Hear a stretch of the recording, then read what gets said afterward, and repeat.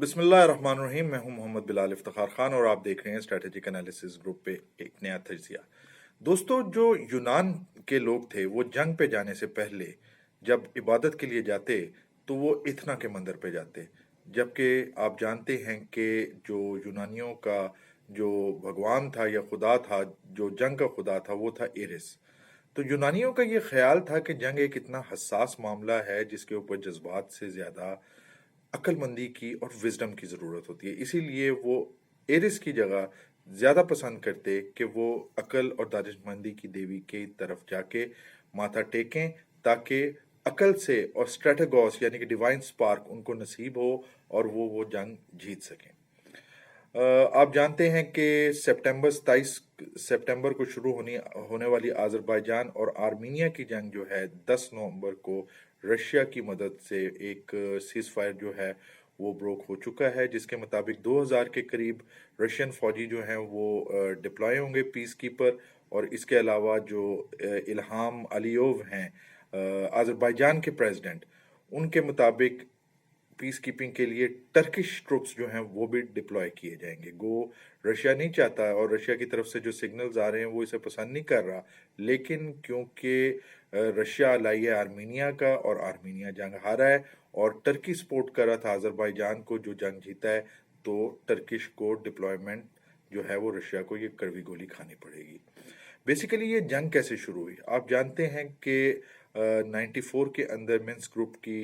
Intervention के बाद ये एक सीज फायर हुआ था और निगोरो काराबाग का जो एरिया है ये बेसिकली इंटरनेशनल लॉ के हवाले से हिसाब से अजरबैजान का हिस्सा है, लेकिन क्योंकि वहाँ पे आबादी की अक्सरियत जो है वो आर्मीनियाई रेस से ताल्लुक़ रखती है, इस वजह से आर्मीनिया ने, क्योंकि वो स्ट्रॉन्ग था, जो उसके मुकाबले के अंदर जो अजरबैजान था वो आज़ादी के बाद इतना स्ट्रॉन्ग नहीं था, और दूसरा मुख्तलिफ यूरोपीय ममालिक की भी एक क्रिश्चियन होने की वजह से उसको जो है सपोर्ट हासिल थी, इस वजह से उसके ऊपर जो कब्ज़ा जो है वो कर लिया आर्मीनिया ने। और इसी तरीके से सिर्फ निगोरो काराबाग के एरिया पे ही नहीं किया बल्कि कई आज़री इलाके जो थे उनके ऊपर कब्जा कर लिया। और उसके बाद से हम देख रहे थे कि आर्मीनिया बार बार प्रोवोक करने की कोशिश करता था, जैसा बुली करना चाह रहा हो अजरबैजान को। इस साल जुलाई को आपको याद होगा कि सीज फायर या आपकी सरहदों की पामाली करते हुए आर्मीनिया की बम्बार्डमेंट की वजह से अजरबैजान के एक जनरल, एक कर्नल और कुछ फौजी भी शहीद हुए, जिसके ऊपर अजरबैजान ने गो प्रोटेस्ट किया, लेकिन वो किसी ने उसके ऊपर ज़्यादा तवज्जो नहीं दी। अभी भी जब 27 सितंबर को ये जंग शुरू हुई, उसकी वजह भी आर्मीनिया की तरफ से वो प्रोवोकेशन थी, जिसकी वजह से अजरबैजान को एक्शन लेना पड़ा। और उस एक्शन ऐसा एक्शन था कि पुरानी जितनी तारीख थी आर्मीनिया को भी आखिर में घुटने टेकने पड़े, क्योंकि वो अजरबैजान के उस एक्शन को, उस जज्बे को नहीं सह सके और बिल आखिर रशिया को उन्हें रिक्वेस्ट करनी पड़ी कि वो दरमियान में आके सीज फायर करवाए। अच्छा, इसमें मैं कुछ आपको बैकग्राउंड बताता चलूं कि अजरबैजान और आर्मीनिया, आपको पता है रूस के टूटने के बाद दोनों ममालिक आज़ाद हुए। अजरबैजान जो है आप जानते हैं कि वो एक मुस्लिम मुल्क है, टर्किश रेस है और जो है ऑयल रिच कंट्री है। दूसरी तरफ आर्मीनिया है, आर्मीनिया भी एक बहुत पुरानी सिविलाइजेशन है। आर्मीनिया के अंदर रशिया का एक फौजी अड्डा भी है और ये उस ट्रीटी में भी शामिल है जिसके मुताबिक रशिया जो है वो ऑब्लाइज्ड है कि अगर कोई अटैक होता है आर्मीनिया के ऊपर तो वो आर्मीनिया का दिफा करे। यहाँ पे पहले प्रो आज़ादी जब दोनों ममालिक को मिली तो हमने देखा कि आर्मीनिया के अंदर प्रो रशिया जो है रजीम थी, और हमने ये भी देखा कि अमेरिका के साथ इसके ताल्लुकात ख़राब रहे, क्योंकि अमेरिका ने बारहा ये इल्ज़ाम लगाया कि आर्मीनिया जो है वो हथियार ख़रीदता है और वो ईरान चले जाते हैं और ईरान वो आगे जो है अपने जो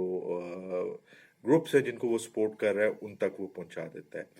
फिर हमने ये देखा कि 2018 में जॉर्जिया और दूसरे जो रियासतें जो किसी ज़माने में रूस का हिस्सा होती थी और रूस उन्हें अपना जो है एरिया ऑफ इन्फ्लुएंस भी समझता है, वहाँ पे कलर्ड रेवोल्यूशन आनी शुरू हो गई। उनमें से एक रेवोल्यूशन जो है 2018 के अंदर जो है आर्मीनिया के अंदर भी आई, और वहाँ पे जो मेंबर असम्बली थे जो अब उनके वजीर आज़म भी हैं जिनका नाम है निकोल पेशियान,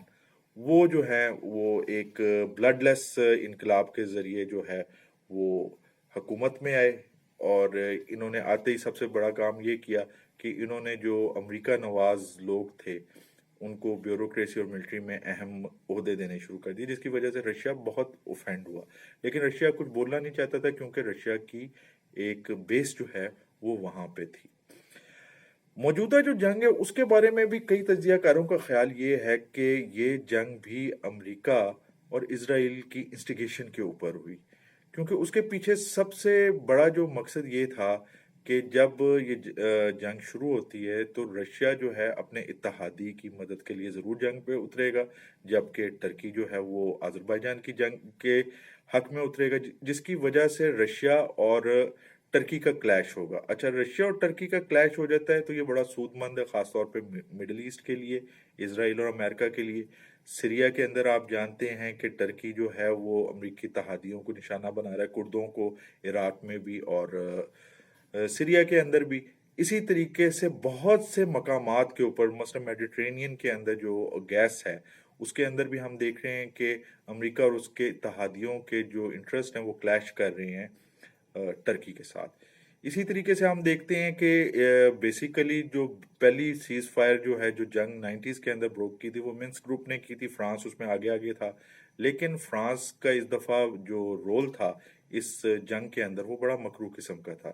مثلا اس نے سپورٹ کیا آرمینیا کو، حالانکہ اگریشن بھی آرمینیا کی طرف سے تھی، اور جو جنگ ہو رہی تھی وہ بھی آذربائیجان کی اپنی ٹیریٹری میں، جس کو دھونس سے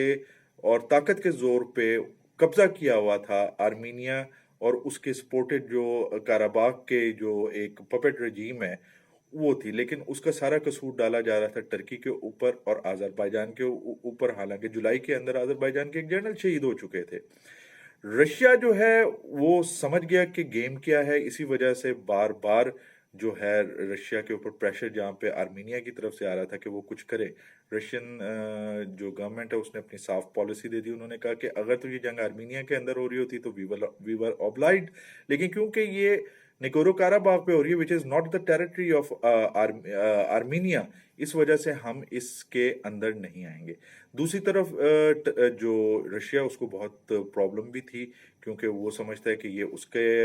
انفلوئنس کا ایریا ہے، لیکن اردوان اور ٹرکی جو ہیں وہ یہاں پہ مدد کر رہے تھے۔ اب رشیا جو ہے ایک طرف جو ہے یہ ناپسند بھی کر رہا تھا، لیکن وہ کسی قسم کا کانفلکٹ بھی نہیں چاہتا تھا، اس لیے ہم دیکھتے ہیں کہ ہر میجر ڈیسیژن سے پہلے پیوٹن نے اور رشین سرکار نے ٹرکش پرائم منسٹر اور پریزیڈنٹ اور ٹرکش سرکار سے مشورہ کر کے سٹیپ بائی سٹیپ آگے ہوئے۔ اچھا، اب جو یہ معاہدہ ہوا ہے اس کے مطابق جو ہے جو بات ہوئی ہے وہ یہ ہوئی ہے کہ ایک تو جو آرمینیا سے چھینے گئے علاقے ہیں آذربائیجان کی آرمی جو ہے اس کے اوپر قابض رہے گی، یعنی کہ وہ ان کا ایریا ہوگا۔ اس کے علاوہ بہت سے علاقے جو غیر قانونی طور پہ آکوپائڈ بائی آرمینینز تھے وہ اب آرمینیا کو جو ہیں وہ چھوڑنے پڑیں گے، جو اگلے 2-4 ہفتوں کے اندر وہ اس نے وعدہ کیا وہ وڈرا کر لے گی۔ اچھا، اس کے علاوہ یہ ہے کہ لیچن کا جو کوریڈور ہے وہ آذربائیجان اجازت دے گا، اس کو پیٹرولنگ کریں گے پیس کیپرز، اور یہ جو آرمینیا اور نگورو کاراباخ کے درمیان آمد و رفت کے لیے اس کی اجازت ہوگی۔ اسی طریقے سے آپ جانتے ہیں کہ ایک حصہ آذربائیجان کا اس کے درمیان میں آرمینیا کا علاقہ آتا ہے، اور اس علاقے کے اندر بھی جو ہے آرمینیا کو ایکسیس دینا پڑے گا دونوں، تاکہ آذربائیجان کے ایریاز جو ہیں ان کے درمیان کمیونیکیشن اور جو ہے لائن جو ہے وہ بحال رہے، اور اس کے کا فائدہ یہ ہوگا کہ ٹرکی اب ڈائریکٹ اس کا ایکسیس ہو جائے گا آذربائیجان کے ساتھ۔ اور آپ جانتے ہیں کہ آذربائیجان یہ ٹرکی جو ہے یہ عبور کا حصہ ہے۔ اب ٹرکی کو فائدہ یہ ہوگا کہ ایک تو دونوں ممالک کے رابطے اور قریب ہو جائیں گے، آگے وہ الائنس ہیں، اب اسٹریٹجک جو الائنس جو ہے وہ اور مضبوط ہو جائے گا۔ نمبر 2 یہ ہے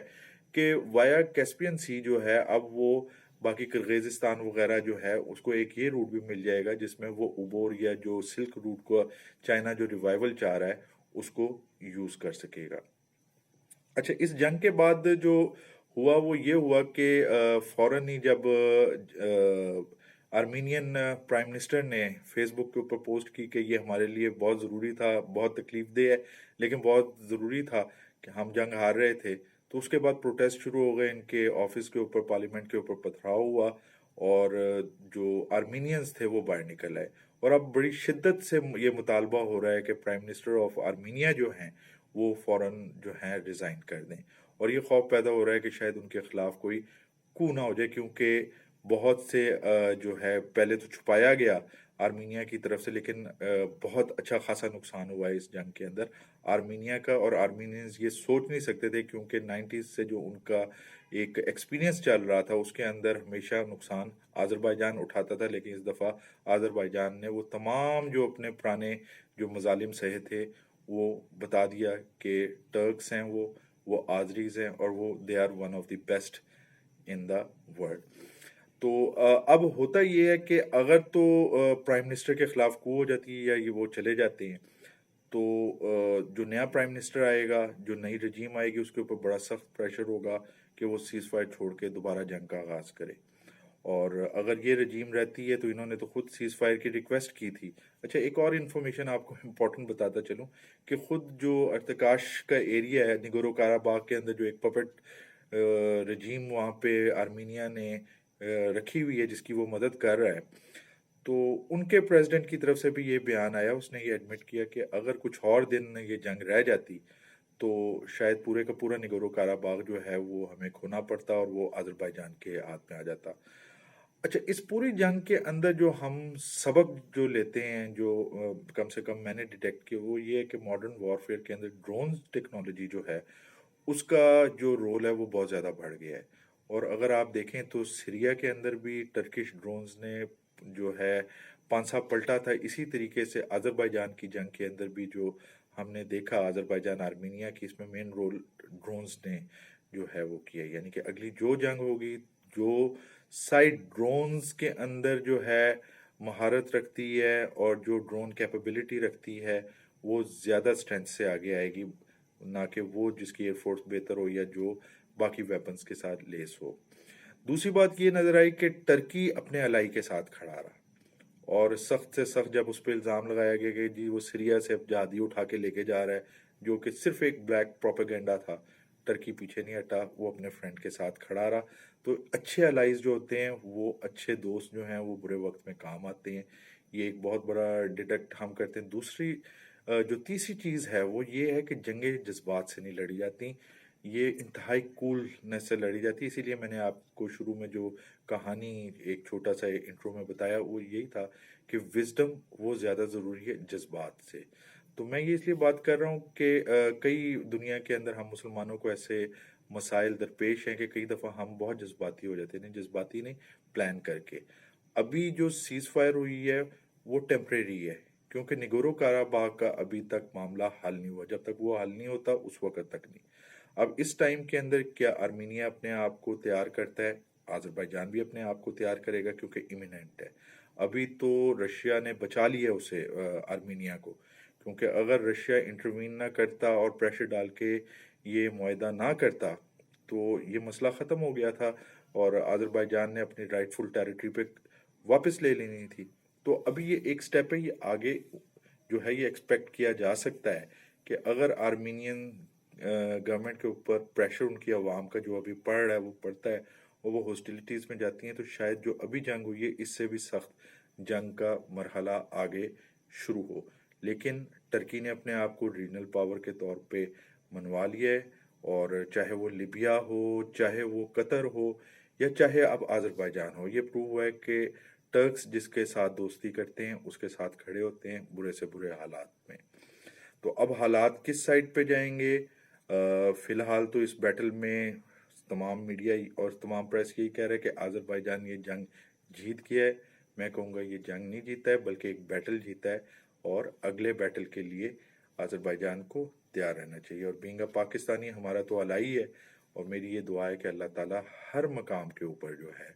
आज़रबाईजान जो है उसको फ़तह नसीब फरमाए, और उसका जो राइटफुल एरिया है वो उसे मिले। अनटिल नेक्स्ट एनालिसिस, मुझे मोहम्मद बिलाल इफ्तिखार ख़ान को इजाज़त दीजिए। और जाने से पहले फिर वही मैं पुरानी एक जो हमेशा करता हूँ अपील करूँगा कि अगर आपको ये वीडियो पसंद आई है تو کائنڈلی اس چینل کو ضرور آپ سبسکرائب کیجئے، ویڈیو کو لائک کیجئے، اور اپنی آرا یا اپنا فیڈ بیک جو ہے وہ ضرور دیجئے، تاکہ جو خرابیاں ہیں اس کے اندر جو ہے ہم بہتری لا سکیں اور چیزیں مزید بہتر ہو سکیں۔ اس وقت اگلے انالیسس تک کے لیے مجھے اجازت دیجیے۔ السلام علیکم ورحمۃ اللہ وبرکاتہ۔